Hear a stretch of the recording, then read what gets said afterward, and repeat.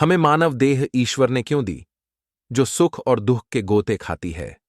मानव के सुख दुख के पीछे विधि की योजना है, जिसका रहस्य ग्रह नक्षत्रों के माध्यम से पता चलता है। राजकुमार सिद्धार्थ के बारे में तो आप सब जानते हैं। उन्होंने अपना राजपाट, पत्नी और संतान सुख सहित समस्त सुख वैभव को छोड़कर अनंत यात्रा पर चल पड़े, जिसके फलस्वरूप आज राजकुमार सिद्धार्थ को गौतम बुद्ध के रूप में जाना जाता है। मुक्ति के लिए विधि की योजना को जानना व समझना आवश्यक है। जीवन में जो कुछ होता है, मानव को जो सुख दुख मिलता है, उसके पीछे विधि की कोई न कोई योजना अवश्य होती है। विधि के विधान को समझने के लिए अध्यात्म जगत को समझना अति आवश्यक है। मानव अल्पज्ञ है, वह भविष्य को नहीं जानता, लेकिन अगर पीछे भूतकाल की घटनाओं की ओर दृष्टि डालकर देखा जाए तो विधि की योजना का पता चल जाता है। श्रीमद् भगवद गीता के अनुसार जो कुछ व्यक्ति के साथ घटित होता है, वह उसके भले के लिए ही होता है। ऐसा मानकर सुख दुख को भोगना चाहिए। अगर किसी कारणवश मन तब भी विचलित हो रहा हो, तो घर के बड़े बुजुर्ग ज्ञानियों की सलाह का अनुसरण करना चाहिए। विधाता दुख शिक्षा के लिए देता है और सुख मानव की परीक्षा के लिए।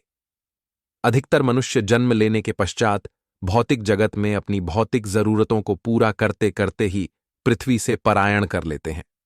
बचपन में स्कूल, कॉलेज, पढ़ाई लिखाई, अच्छे नंबरों से उत्तीर्ण होकर करियर बनाने की चिंता, फिर नौकरी, व्यवसाय की चिंता, युवावस्था में विवाह तथा अच्छे जीवन साथी को प्राप्त करने की चिंता, विवाह के पश्चात संतान की चिंता।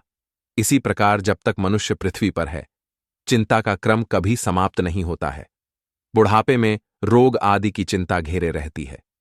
कलयुग के प्रभाव के कारण बहुत कम मनुष्य ही हैं जिन्हें जन्म मरण से मुक्ति, मोक्ष की लालसा रहती है।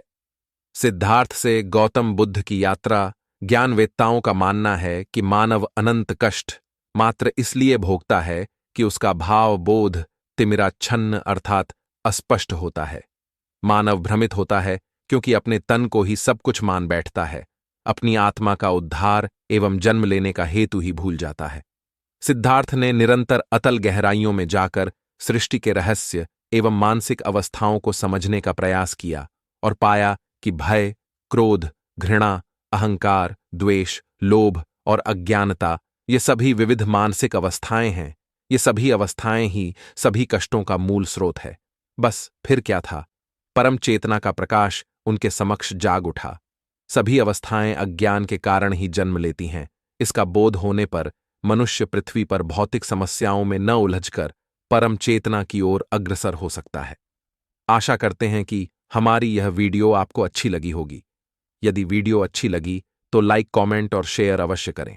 साथ ही चैनल को सब्सक्राइब करें। धन्यवाद।